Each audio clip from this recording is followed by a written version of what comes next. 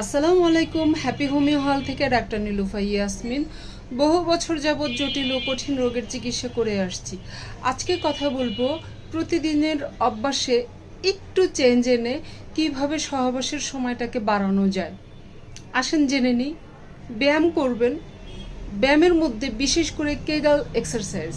কেগাল exercise আপনাকে নিয়ন্ত্রণ করার ক্ষমতা বাড়াবে, যে জন্য আপনার সহবাসের সময়টা বেড়ে যাবে। অতিরিক্ত ধূমপান, মদ পান, চা, কফি যদি অভ্যাস থাকে এড়িয়ে চলুন, কারণ এই খাবারগুলো আপনার সময়কে কমিয়ে দিতে সাহায্য করবে।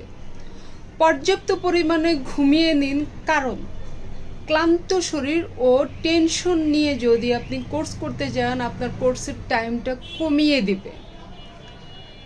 ভিটামিন ই, জিঙ্ক ও প্রোটিন সমৃদ্ধ খাবার খান। এই খাবারগুলো আপনার সহবাসের সময়কে বাড়াতে সাহায্য করবে।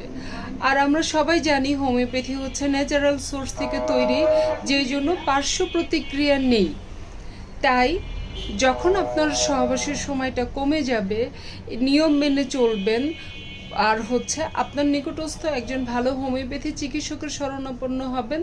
কিছু মেডিসিন খেলে, নিয়ম মেনে চললে, তাহলে আপনার সময়টা বেড়ে যাবে।